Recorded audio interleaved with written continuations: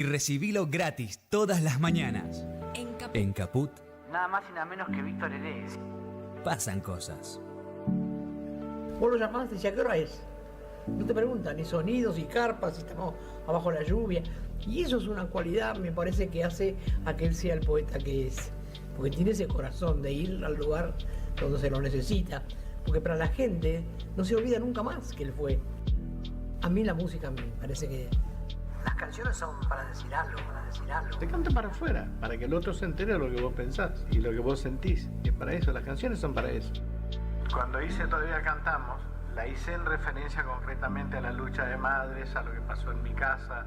Y escribí eso para mí. De pronto fue una canción de todos. Radio. Caput. el poeta es eterno. Esas cosas. Radiocaput.com. Estás conectado. Estás en Caput.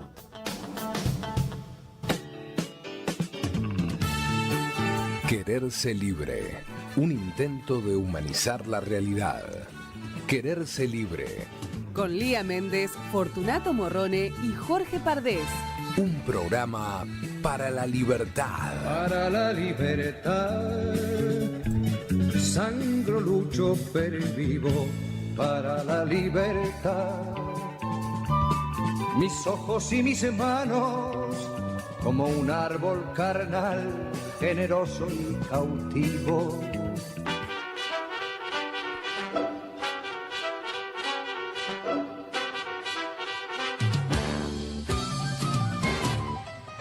Probablemente en su pueblo se le recordará.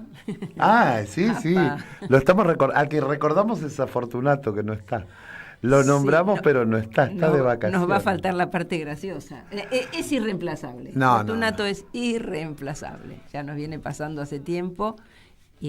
Pero bueno, está de vacaciones, se ha ido a recorrer, no afuera de la Argentina, adentro, pero de hecho ha planificado con su compañera una recorrida interesante. Bien, sí, se lo merece. Por varias provincias, sí, se lo merece. Especialmente su compañera, que ha trabajado mucho para mí, y le agradezco públicamente al aire a Silvia Guardado sus gestiones. Excelente, Silvia, excelente persona, igual que Fortu. Bueno, vamos a empezar como siempre diciendo qué semanita, pero... ¿Qué semanita? Tenemos unos minutos programados como para contarle a la audiencia la venta, se dice. ¿Qué es lo que vamos a ver? Y de toda esta semanita, todo no lo podemos desarrollar, pero bueno, creo que todo bastante centrado en la figura de Milei y en la figura del presidente, ¿no? Ambas cosas, por su función y por su figura misma. En lo que hace, bueno, toda la pasada por la ONU, el desprecio en su pasada por Córdoba. A mí me viene bárbaro porque esta semana estuve bastante fuera de tema, así que se lo vas a contar a la audiencia y yo me voy a noticiar de algunas cosas. De algunas las traje como... No te hagas el vivo. Algunas tengo como para decirte algo, agregar algo, como siempre agrego yo, pero más que nada me voy a noticiar. Sí. Yo te traje un par de comentarios de algunas cosas por ahí del exterior, qué sé yo, yo también me tomé vacaciones como Fortu, miro solamente lo que pasa en Cercano Oriente, en México, en esas cosas. Nada menos. Lugares livianitos me agarré. Es que no hay lugares livianos hoy, ¿no? No hay lugares livianos, así es. Sí. Bueno, vayamos entonces a un cepa y empieza Lía con su consideración de los temas.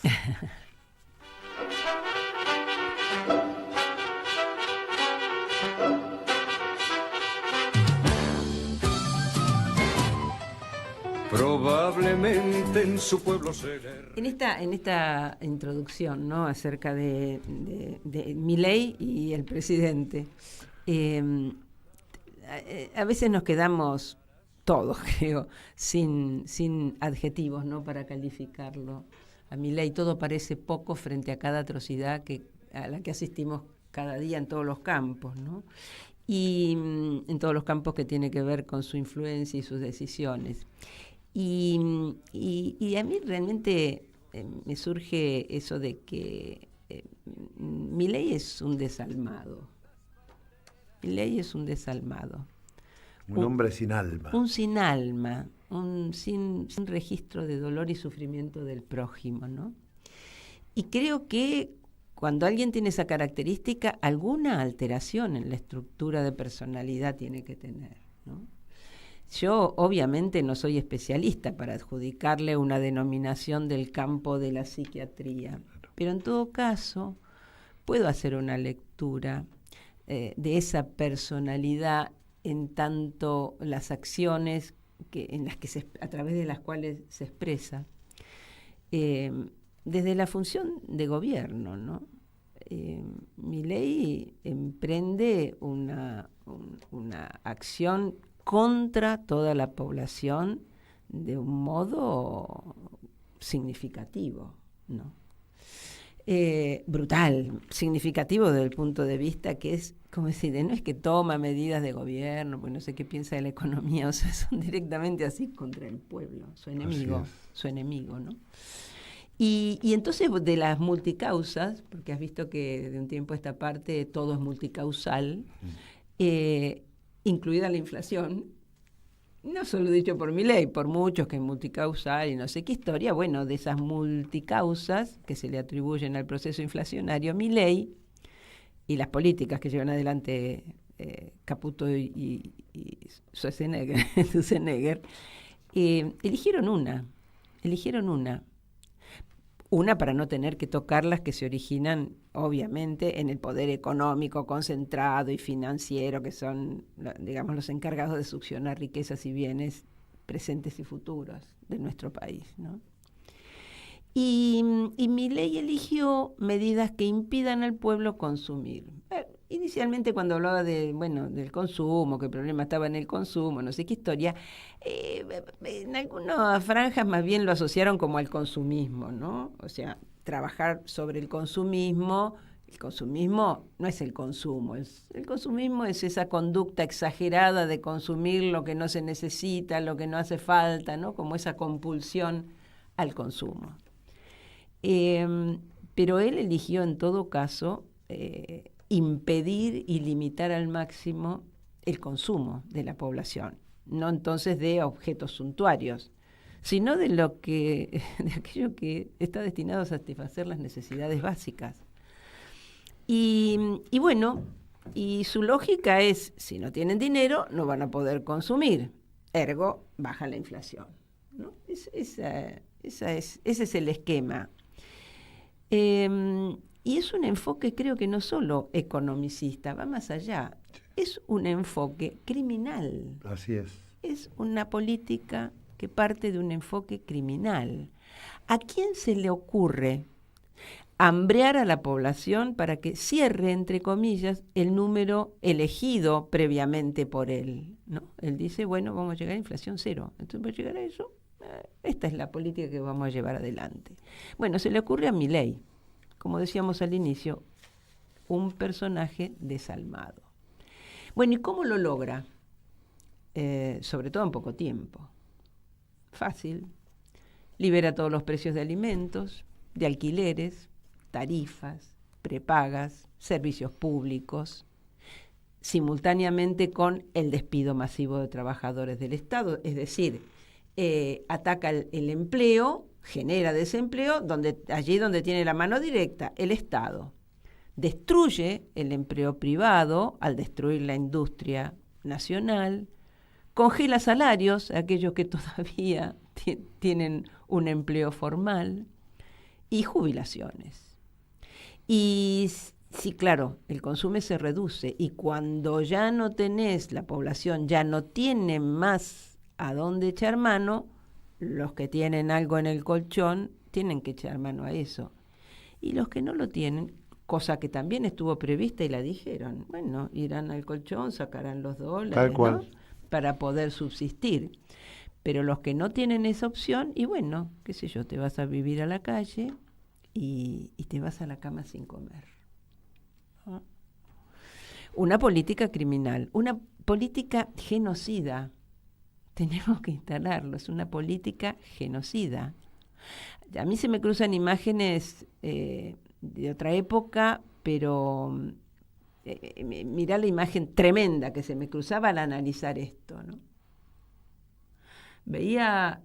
Recordaba las imágenes del genocidio del Holocausto, del genocidio nazi en Alemania, ¿no? Donde veías cientos y cientos y miles de judíos a los que les iban quitando todo, primero sus bienes, sus pertenencias, su ropa, sus zapatos, y obviamente hambriándolos, ni alimento, ni agua, y entonces los iban, y era una situación no porque no hubiera, sino porque era el enemigo al cual querían destruir. Y tengo la misma imagen de lo que Milei hace con nuestro pueblo. Entonces, por eso me surge compararlo con ese genocidio. Va empujando a eso, porque los 23 millones de pobres,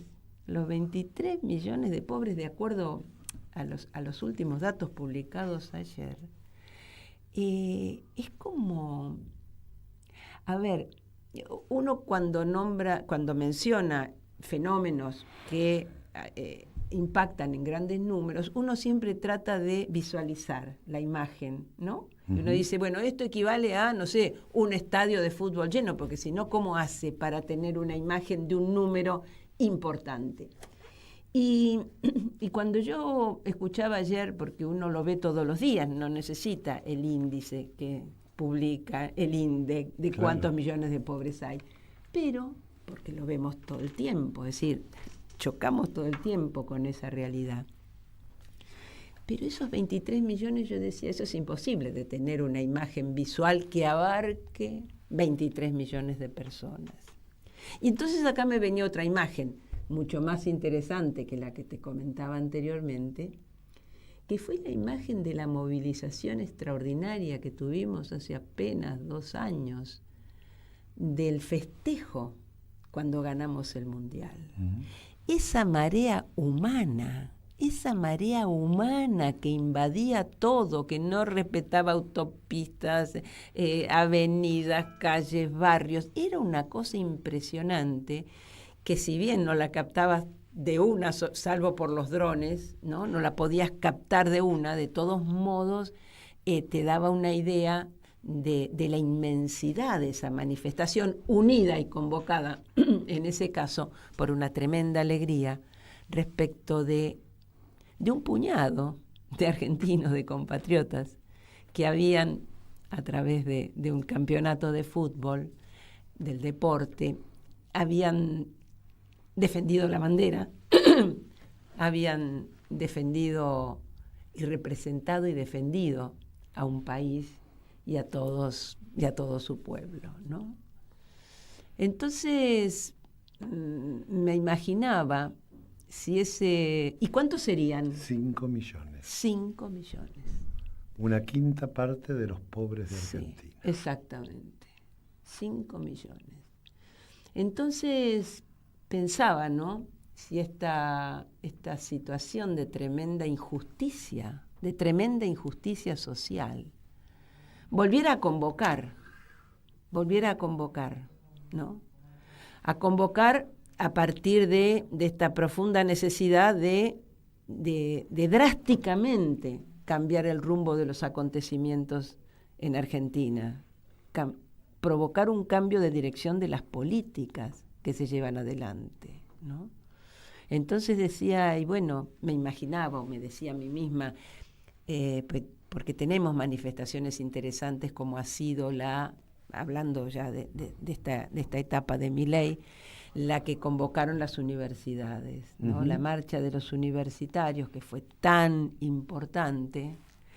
Y yo pensaba, esta cosa de, no la pienso solo yo, ¿cuándo se juntarán todas las luchas? ¿Cuándo se juntarán todas las luchas?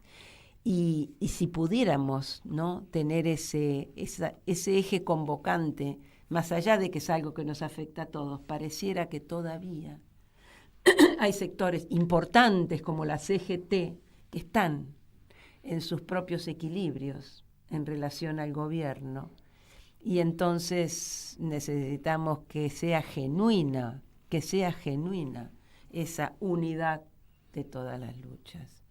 Y dudo de la CGT, porque acabamos también de leer en estos días, de tener la información, de la reforma laboral reglamentada por el gobierno, que es un atropello y una vulneración de los derechos adquiridos, de derechos básicos, esenciales, respaldados por la Constitución y por todos los instrumentos internacionales de derechos humanos.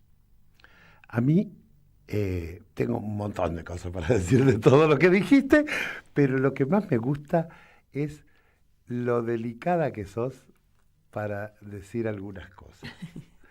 Eso de que la CGT tiene o está dentro de sus propios equilibrios sonó hasta benévolo, pero justamente esos equilibrios son totalmente sectoriales, pero no del sector de los trabajadores, sino del sector de las dirigencias, y se ponen en contra de la nación. A mí,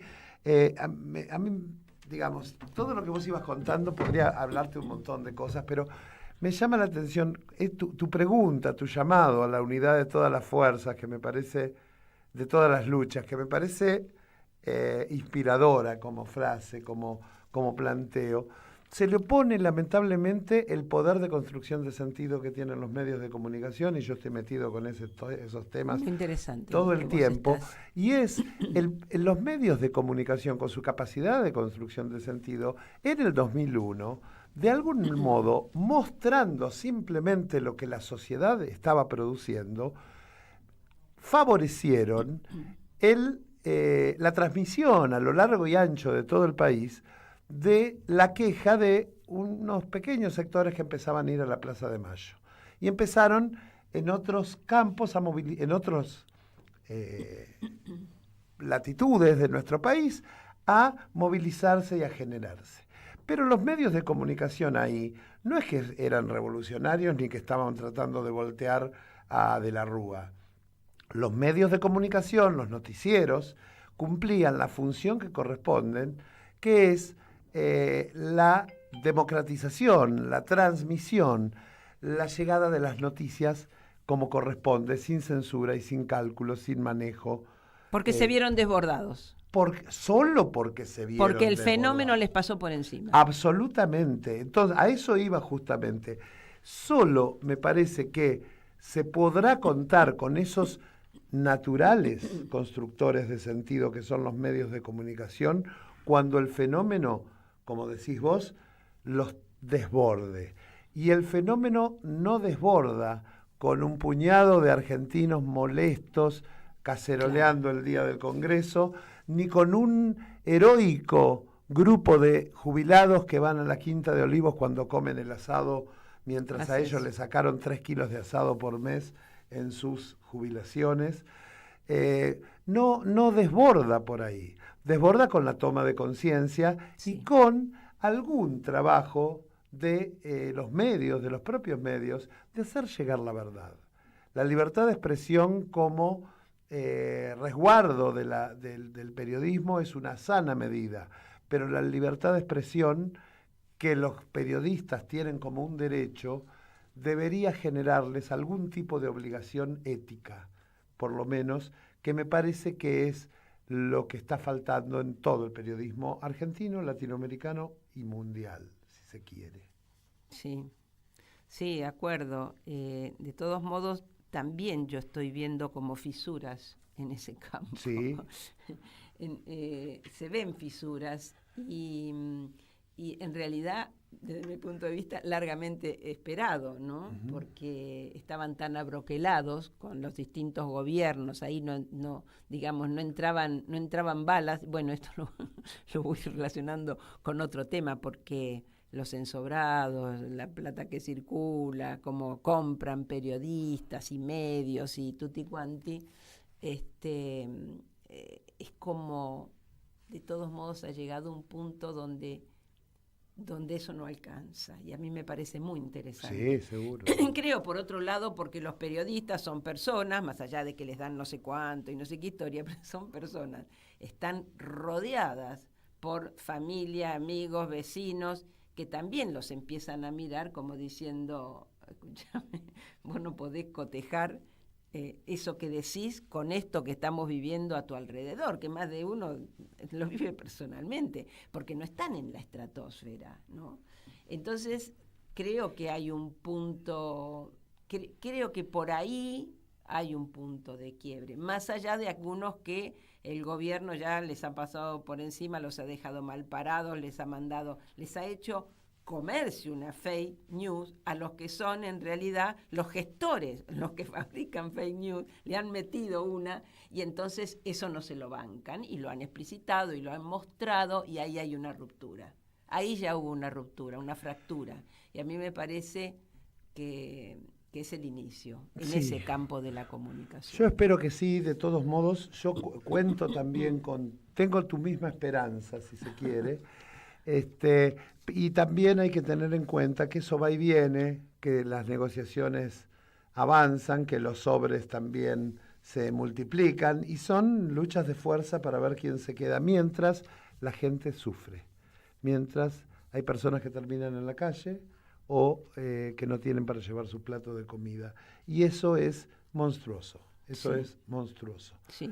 Lo que vos decías acerca de imaginarnos lo que son esos 25 millones de personas. Es una locura, y referirlo para todos los que vimos con alegría en los televisores o en los teléfonos, los millones de personas dando vuelta para celebrar el triunfo del Mundial, nos podemos imaginar lo que son 5 veces más cantidad de personas pobres. Y pobre quiere decir que no les alcanza para comer.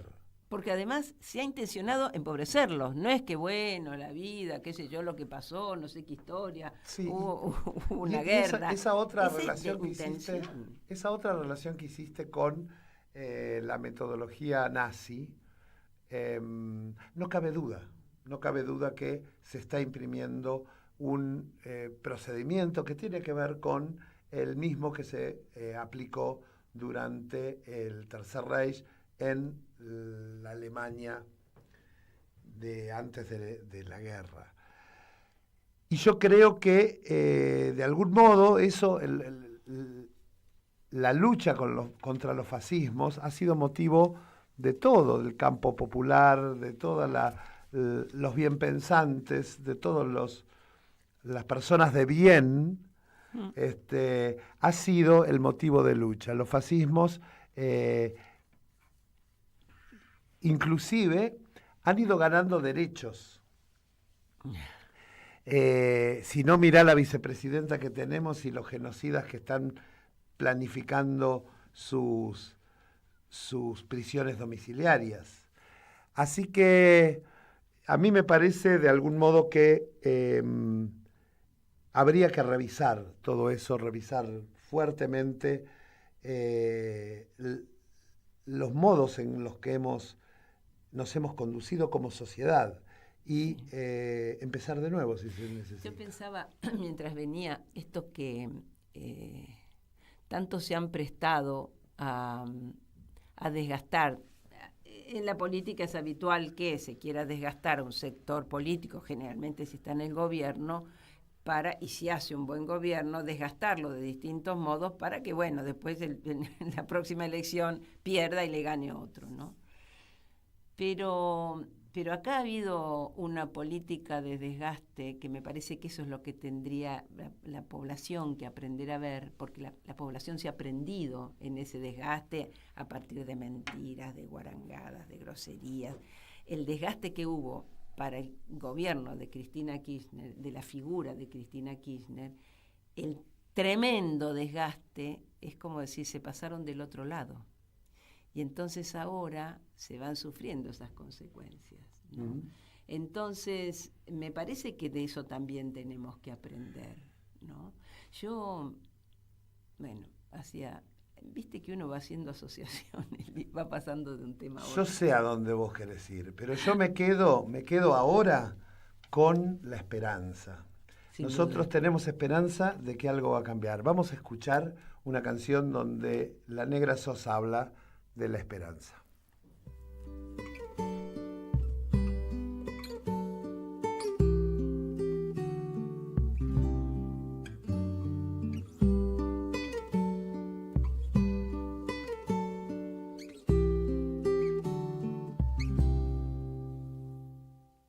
Mamá sabe bien, perdí una batalla. Quiero regresar solo a besarla. No está mal ser mi dueño otra vez, ni temer que el río sangre y calme. Al contarle mis plegarias.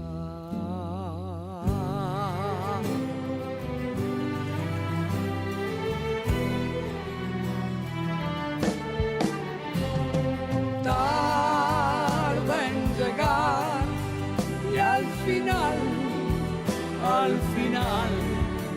hay recompensa.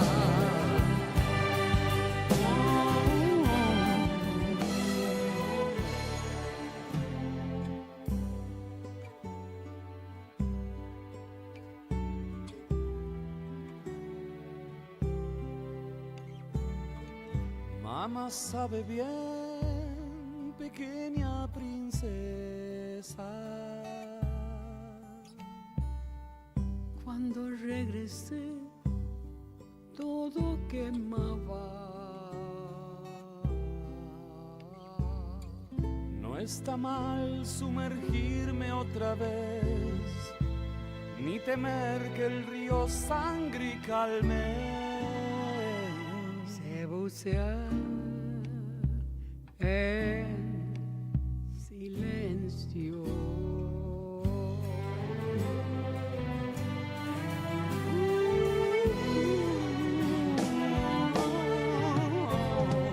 Tarde en llegar y al final hay recompensa.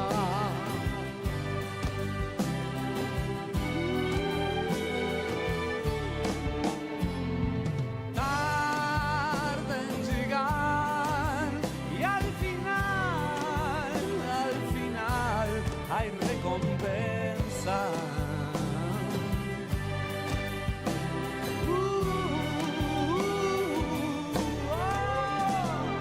Tarda en llegar y al final hay recompensa.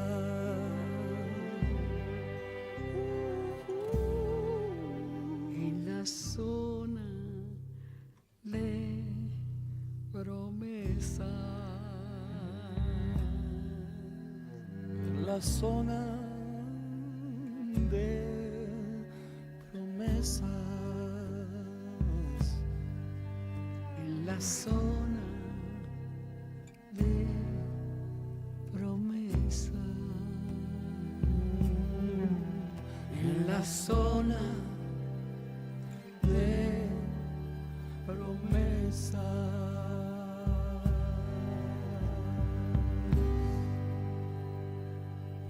Usted quería a Mercedes Sosa, yo le traje a Mercedes Sosa. Espléndida. Espléndida, con Gustavo Cerati haciendo un tema que tiene una profundidad, depende cómo uno lo escuche, con qué lo asocia.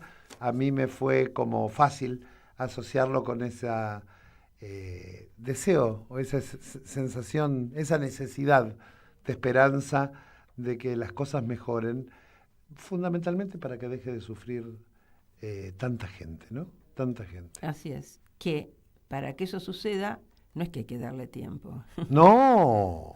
Justamente. No hay que dejar hay que darle más tiempo porque va a seguir sucediendo. No hay que darle más tiempo. Vos sabés que Bueno, entre las cosas que queríamos comentar de esta semana, que no las podemos dejar pasar, es, por un lado, la tragedia que vive Córdoba, ¿no? Sí. 43.000 hectáreas se han incendiado, es una locura. Es una locura. Y enganchándolo con lo que vos mencionabas sobre que veníamos pero una sola cosita, y no, las causas no son meteorológicas, las causas son la acción del hombre, intencional ahora o intencional en otro momento de talas y de un montón de cosas, porque las sequías, la época de sequía es siempre. O sea, si se ha llegado a esto, se ha llegado por la acción del hombre desde hace muchos años. Sí, no solo tirando un fósforo. No solo tirando nafta, claro. No solo tirando un fósforo. Aunque Perdón la interrupción. No, todo lo contrario. Lo enganchaba con lo que veníamos mencionando sobre los medios, porque, bueno, Córdoba ha sido un lugar, una provincia donde Milei ganó así, los cordobeses eran mileístas, ¿no? 70%. 70%. Y escuchaba a los periodistas indignados con Milei, a quien esperaban, imagínate, el presidente, que nunca va a ningún lado, viajaba, que se lo veía así, que iba porque no le quedaba otra. Le deben haber dicho, lo deben haber apretado, entre comillas, el equipo de decir, tenés que ir a Córdoba, porque se vino de allá, de Estados Unidos, y se fue para Córdoba. Y la expectativa, o sea, si el presidente va a una zona de desastre, ¿qué es la mínima expectativa que las personas en esa zona pueden tener? De que, bueno, se solidarice, se acerque, converse, los mire, los salude, algo para empezar, y luego que tome decisiones, digamos, que tengan que ver con el apoyo económico concreto que va a necesitar Córdoba para salir de esa situación. Que de algún modo en Bahía Blanca lo hizo. Fue a Bahía Blanca, se disfrazó de cosas de sí, los trajes de Schwarzenegger, Fajine, claro. Se disfrazó también acá. Es lo que le gusta es disfrazarse, porque él va juntando fotos. Claro, ¿no viste que ha hecho una serie? Ay, Dios, nunca pensé en mi vida que iba a estar hablando así. Claro, después de nuestros análisis y críticas de la estrategia del menemismo y del neoliberalismo en otros años, después de nuestros análisis de los gobiernos kirchneristas, después inclusive de nuestros análisis de la cosa política de la alianza, tener que hablar de un presidente así, la verdad, no me hubiera imaginado. Sí, una vergüenza, pero es lo que hace. Se disfraza, va, se saca fotos, pero aunque sea se hubiera sacado una foto con los bomberos que estuvieron 1 hora bajo el sol, formados, esperándolo, y el tipo pasó de largo. ¿Cómo decirte? Entonces, claro, hubo una reacción. Ahí los periodistas, que no sé si le pagaban o no le pagaban, no eran antiperonistas y antikirchneristas al máximo, no sé qué, pero lo cierto es que reaccionaron. Entonces ahí hay un quiebre también. O sea, salieron a putearlo, porque es un desprecio hacia la gente, es un desprecio hacia, además, un pueblo que está en semejante situación dramática, ¿no? Así que son como perlitas, ¿no? Que uno va encontrando y uno dice, bueno. Ahora, la otra que no voy a dejar pasar, que no le han dado demasiado atención en los medios. Y no hay quien, Lía. Bueno, pero otra que no puedo dejar pasar, a ver, porque Milei, que no viene de la política, que no sabe, que no conoce, que no sé qué historia, pero Yarliola es un nene más o menos, digamos, formadito en esto y con pretensiones, ¿no? Entonces, en semejante situación de emergencia dramática que está viviendo Córdoba, viene el presidente y no es una visita formal institucional, ¿no? Es decir, es una emergencia. Es una emergencia, que además dijo que sí, iba, además anunciaron, Adorni, qué sé yo, anunciaron que el presidente iba para ponerse al frente de comandar toda la operación, las cosas que dicen ellos, como las que hace Petri, mandan las operaciones, se sacan fotos, se disfrazan, bueno, es como los chicos, ¿no? Pero cuando yo vi que Yarliola le hizo un regalo institucional, que no tenés dónde ponerlo, ¿dónde entra eso? Porque los regalos institucionales se hacen en un acto institucional de bienvenida, de no sé qué historia, que no tenía nada que ver con esta situación, con esta emergencia. Como no iba a lograr que viniera nunca, el regalo se lo quería dar. ¿Viste cuando alguien no te quiere aceptar el regalo y vos se lo llevás y te baja del 7º piso y espera, te lo agarra y sale corriendo, ¿viste? Porque estaba ocupado. Bueno, te digo, muy vergonzoso. Parece una secundariedad, ¿no? Pero tiene una lectura eso tiene una lectura política y sobre todo humana. ¿Dónde está Giorgiola que está pensando en qué le va a regalar a Milei cuando vaya, en lugar de pensar en qué cuadro le va a mostrar, qué escena le va a mostrar o qué escenario, para luego exigir una respuesta en términos de política, de reparación, de ayuda a la emergencia, ¿no? Eso hay que decirlo también, porque Giorgiola se viene dedicando a la persecución de los voluntarios que van de distintos lugares, como impidiendo. Pareciera que Giorgiola quiere que se incendie la mayor cantidad de terreno posible como para poder venderlo, lotearlo y hacer esas cosas. Es una locura lo que el rol de ese gobernador, completamente enfrentado a la necesidad de su pueblo y en total sintonía con el depositario de su regalo. Es un cambio, es una forma que va operando. Que te acordás cómo se anunciaba él al inicio, se lo veía y decía, mierda, este le va a hacer frente, este va a ser un gobernador que le va a hacer frente. El primero que se vendió, junto con los tucumanos. Le ponía los puntos y no sé qué historia, y dije, bueno, menos mal, ¿viste? No, Lía, te equivocaste otra vez. Claro, pero es gravísimo. Bueno, habrá que ver, el pueblo se la tendrá que cobrar. Porque esto no se trata de relatos. A ver, si te está prendiendo fuego la casa, nadie te va a venir con un relato diciéndote que las cosas son diferentes, ¿no? Bueno, pero todo puede ser tan mala, porque en el Senado se votó... Qué lindo eso, En el Senado se votó la emergencia. Contame, a ver qué te parece eso. Se votó la emergencia y ahí, ahí salió el gran juez. Porque, perdón, era un proyecto del radicalismo, ¿no?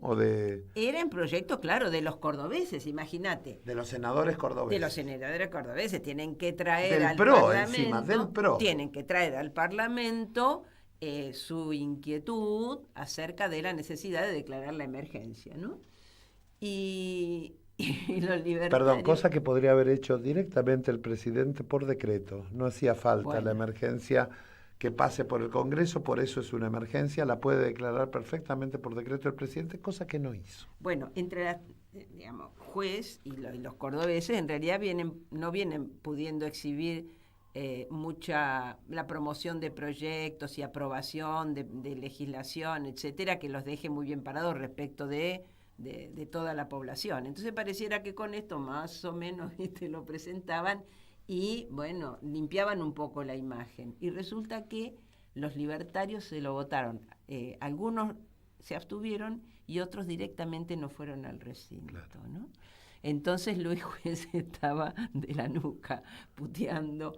Bueno, muy interesante, porque o te asociás o se hace evidente en esas cosas esenciales, básicas, donde no hay sociedad posible, ¿no? Entonces, ¿cómo seguirá esa asociación del PRO, en este caso, de los cordobeses? ¿Cómo va a seguir esa asociación con los libertarios cuando les está negando algo tan esencial como es la declaración de emergencia de una provincia que está prendida a fuego, que está verdaderamente en emergencia? Vos sos demasiado ingenua. Eso sí, un poquito. Sos demasiado ingenua porque esto va a seguir como tenga que seguir en función de los negocios o negociados o los acuerdos que tengan el PRO con la Libertad Avanza. Cuando la Libertad Avanza, o sea, Milei, esté por caerse, seguramente lo vas a ver al juez puteando de nuevo contra Milei, porque son tiempistas, esos muchachos saben. Sí, pero los damnificados les muy chupan directos, un huevo. sí, pero a los damnificados muy directos van a tener como otra mirada cuando escuchen a esos personajes discursiar y decir cosas, porque tienen experiencia directa. Yo lamento que se le haya prendido fuego a la casa y los animales y el desastre, ¿viste? Pero si le pasa a otros...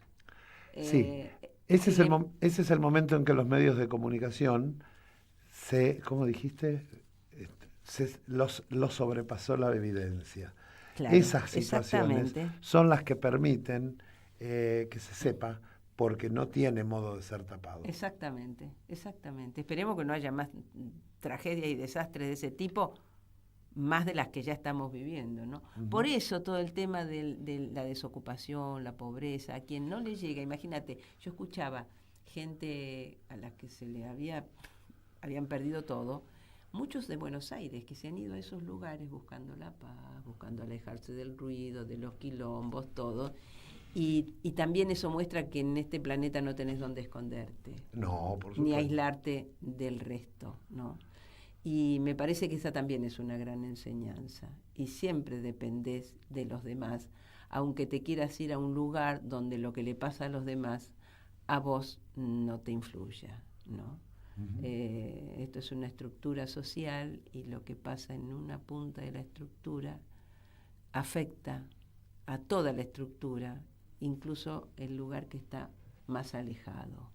Y eso debiera ser una reflexión para avanzar hacia lograr nuevamente poner la solidaridad como cohesor social, ¿no? La solidaridad que no es solo la solidaridad como valor en las relaciones humanas, ¿no? No digo solo el llevarte un par de zapatillas al que no las tiene y que no está mal, pero digo es mucho más que eso, porque la solidaridad, si es un valor que obra como un cohesor social, tiene que estar incluida en las políticas públicas diseñadas con un enfoque de derechos humanos, cosa que se quiere destruir absolutamente, y ahí lo tenés con el sistema jubilatorio, que ahora con la modificación, con el avance que hacen en la modificación de la legislación laboral, entre otras cosas van destruyendo, por ejemplo, el sistema de seguridad social, que está basado en una cuestión de solidaridad. De reciprocidad, ¿no? De solidaridad, ¿no? Te estabas metiendo ahora en un tema que da para mucho y no te quiero cortar, pero tenemos 1 hora solamente de programa. Ah, nada más, me habían dicho que eran como 2. Sí, y a mí me parece que sería de interés por lo menos hacer una mención a alguna de las barbaridades del presidente en las Naciones Unidas y... Ponele enfrente el discurso de Petro. Y las maravillas que hacen otros, digamos, ¿no? Y también quería que revisáramos un poquito, un poco el decreto 846, las consecuencias, los temas, pero no sé si vamos a llegar a eso. Háblame de Milei. ¿Más?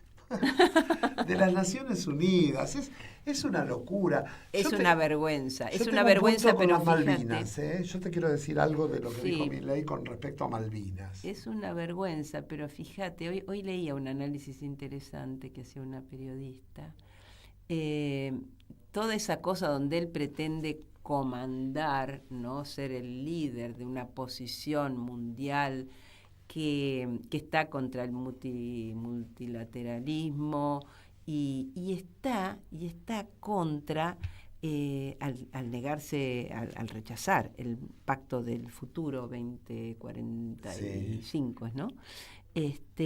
Donde has visto que esas resoluciones de Naciones Unidas, siempre son declaraciones, intenciones, aspiraciones. Luego los países tienen que implementar medidas y políticas que lleven adelante la concreción de esas aspiraciones. Pero bueno, a ese nivel esos pactos, ¿no?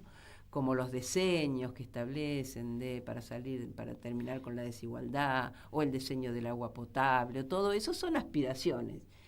Pero hay una cosa interesante, que él busca desalinearse, fíjate vos, y constituirse en un líder de países que vayan en esa línea, básicamente con gobiernos ultraconservadores y ultraliberales, de salirse como de todo lo que deriva de los organismos como Naciones Unidas, entre otras cosas el sistema de protección y promoción de derechos humanos, claro. Que al ser el Estado parte de esos pactos, de todo el sistema, y por lo tanto tener esos pactos y convenciones, etcétera, dentro de la legislación nacional, el incumplimiento puede ser cuestionado, requerido desde los organismos internacionales. Entonces, al desalinearse, lo que busca es desalinearse y salirse justamente de eso, de tener que, si yo no te reconozco como Naciones Unidas, no te voy a reconocer que vengas, investigues, pongas el ojo, recomiendes, observes, donde hay incumplimiento de los derechos humanos. ¿Por qué no hace eso con el FMI? Qué interesante. Porque estaría bueno que se desalinee del FMI, se pase al yuan, a alguna otra moneda, se les desalinee y se meta más en el multilateralismo de los BRICS. Sí. Pero me pareció interesante ese análisis porque vos decís, bueno, nada, ahí dice cosas, se hace y patea el tablero y no sé qué historia. Vergonzoso, porque además es como... No, y aparte él vive en una nube de... En soledad eso. Y aparte él cree que puede llegar a ser líder de algo y es el hazmerreír. Pero fíjate que la risa nunca está en la foto, digamos. Él colecciona fotos y videos donde él habla y dice cosas. Y después lo va a armar a piacere y más algunas entrevistas que obviamente se le hacen a aquellos a quienes él le dice cómo quiere que le hagan las preguntas. Entonces, con todo eso, él arma, supongo, un historial de su personalidad política mundial, donde los títulos los pone él, donde los premios... ¿Le va a pagar al país de España o Globo? No, pero todo eso no lo pone en ese paquete. Es como decirte... Desde otro punto de vista, es como un niño jugando, disfrazándose de rey, disfrazándose de distintos personajes que él encarna, pero en soledad, en su mundo, que no es este mundo en el que estamos, ¿no? Así que,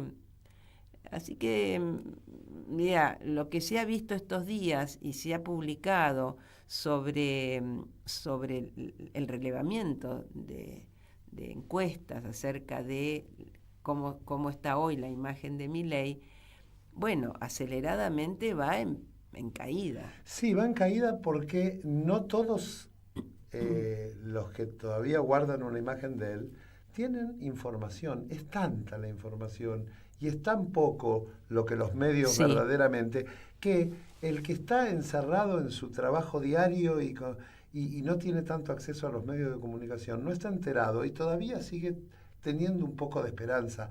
No es posible que un 40% todavía tenga de buena imagen el presidente, después del sufrimiento, después de 25 millones de pobres. Sí, pero fíjate que ya se va detectando que aquellos que lo han votado y que tienen en su medio más cercano, familiar, el impacto de estas políticas empobrecedoras, ya está reculando. Entonces, no sé si todos ante una encuesta expresan su disconformidad, dicen, habría que darle un poco de tiempo. Pero ya se está expresando un porcentaje importante que lo ha votado, ya se está expresando como en rechazo y diciendo nosotros, bueno, no era esto lo que esperamos. Claro, ¿quién no tiene una madre o un padre que se quedó sin laburo? Un abuelo, una abuela que no... O que cobra de jubilación menos de lo que tiene que pagar de alquiler. Exactamente. Entonces... Pero yo te hice una pregunta sobre Milei en las Naciones Unidas porque yo quería meter un bocadillo y te me fuiste de las Naciones Unidas y no me dejas meter mi bocadillo. Dele. Yo quería hablar un poco de las Malvinas. La Mondino, la canciller... hizo una negociación expuria a escondidas del Consejo, reeditando lo que conocimos como el Pacto Foradori-Duncan. Que ya fue terrible. Que fue terrible, que fue un borracho. Una cosa en el sótano de la Embajada de Inglaterra, de Gran Bretaña, con el funcionario argentino borracho. Alcoholizado. O sea... patético. Que no sabía lo que había firmado. Dijo al otro día, no sé ni qué firmé. Exactamente. Lo que él firmó es lo que se reeditó ahora, que es un vuelo desde San Pablo a Puerto Argentino con escala en la ciudad de Córdoba. Aparece Córdoba ahí otra vez. Córdoba, ahí sí, por eso es muy importante el quiebre de Córdoba. Esta situación donde los cordobeses se sientan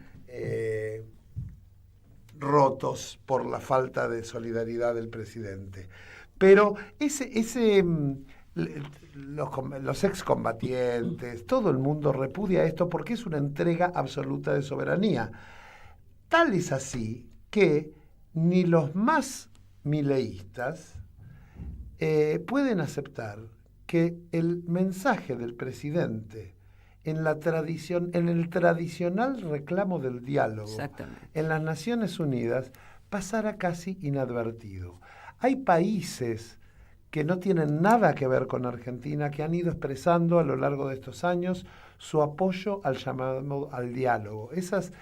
Al cumplimiento de la resolución de Naciones Unidas. Exactamente, al cumplimiento de una resolución que año tras año cada presidente, más allá de la línea política, enfatiza en la necesidad de rescatar la soberanía de las Islas Malvinas. Hoy nos enteramos que la embajadora de Gran Bretaña lo de la remera exigió a una diputada que se sacara la remera que decía las Malvinas son argentinas. La embajadora de Gran Bretaña exigió para salir en una foto. Exigió que una diputada. ¿Quiénes la secundaron? Terrible. Por supuesto, los radicales. Tetaz, Stolbizer. Qué vergüenza. Este pueblo se la tiene que cobrar. No puede ser. Yo creo que en cualquier momento Pichetto también sale a decir. Ya dijo el otro día alguna cosa con respecto a los pueblos originarios y al general Roca. Pichetto, no hablé del general Roca. Yo nací en Roca, ¿no? Y sé todos los que mató. Claro. Y dice que si no hubiera sido por eso, hoy tendría la Patagonia, sería de Chile. Y dan ganas de decirle, y no de Lewy, de Benetton, claro. Exactamente. Por favor. Y aparte sería de Chile si él se la hubiera entregado, cosa que estuvo bastante a punto de hacer en distintos momentos. Qué bárbaro. Bueno.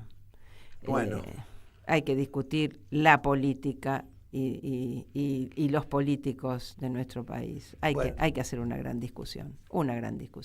Yo te traje también algunas cosas del exterior. Nos quedan solamente 5 minutos. Yo quiero decir algo. Sí. Porque, hablando de efemérides... Yo quería cerrar con eso que vas a decir vos. Pero dale, decilo. Decilo. No, yo quería ahora no lo digo. Ahora no lo digo. A ver, déjame decirte a mí primero, así vos cerrás con este tema que a mí me importa mucho. Simplemente queríamos, ayer se cumplieron 10 años de Ayotzinapa, de la desaparición de 43 estudiantes. Y hay mucho reclamo, hay la situación de los derechos humanos en México es muy compleja. Hay 115.000 personas desaparecidas desde 2006 a la fecha y 72.000 cuerpos sin identificar, según investigaciones de periodistas que se dedican particularmente a los derechos humanos, de grupos de periodistas. Y termina el gobierno de López Obrador, empieza el nuevo gobierno no me acuerdo el nombre de la señora. Es difícil. Ya se los voy a decir. Y la verdad es que Ayotzinapa ha quedado sin resolver y se ha frenado y trabado las investigaciones de muchas maneras. La semana que viene por ahí les cuento un poquito más en detalle lo que dice Mercedes Doretti, una antropóloga del equipo argentino de antropología forense que está aplicada hace años a la investigación de Ayotzinapa. Y los organismos de derechos humanos, madres y abuelas, han apoyado mucho en su momento a las madres, los familiares que se organizaron. Sí. Hubo ahí mucha cercanía, mucho acompañamiento, viviendo una situación similar de desaparición de los hijos, ¿no? Lo que yo quería mencionar, vos te referías a una fecha de la efemérides, y el 26 de septiembre es el Día Internacional para la Eliminación Total de las Armas Nucleares, y se instituyó para hacer conciencia, ¿no?, acerca de la necesidad de ir hacia el desarme total, ¿no?, el desarme nuclear. Y bueno, y la semana que viene, el miércoles 2 de octubre, es el Día Internacional de la No Violencia, también establecido por Naciones Unidas. En coincidencia, la fecha se eligió porque es el aniversario del fallecimiento, del asesinato de Mahatma Gandhi, un líder de la no violencia, máximo referente mundial de la no violencia. Y para nosotros, humanistas, es un temazo. Tanto es así, en el marco de la no violencia, nosotros desde el humanismo impulsamos, promovemos el desarrollo de la metodología de la no violencia como, no solo como una metodología de lucha, sino, además de eso, sino como un estilo de vida y un modo de relación con el otro y hasta con uno mismo, ¿no?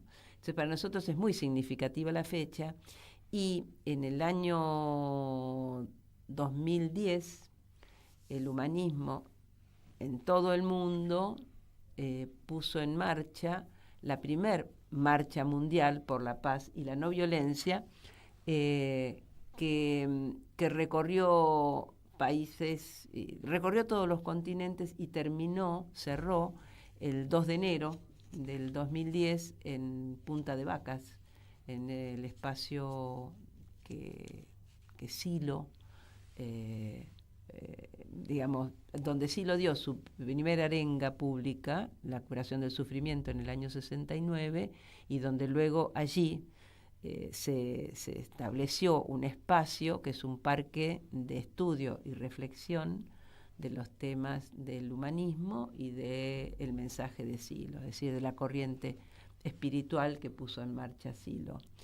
Y con los años se llevó adelante una segunda marcha mundial. Te interrumpo una sola cosita porque pasás la primera marcha mundial, que fue muy importante a nivel internacional porque muchos jefes de Estado recibieron a la marcha, y aquí en Argentina, Cristina Kirchner, el 29 de diciembre de 2009, nos recibió, vos fuiste. Recibió al equipo junto al equipo de la marcha, el equipo base de la marcha. El equipo base que hizo todo el recorrido también. Evo Morales lo recibió.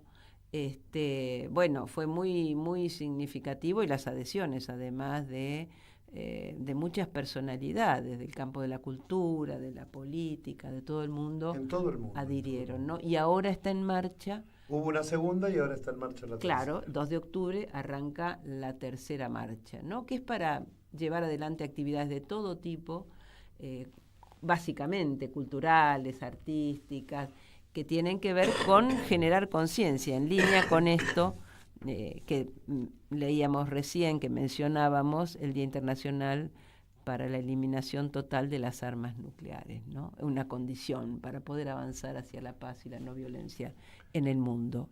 Bueno, llegaron las 15, nos tenemos que ir. Nos echan. Despedite y yo agradezco.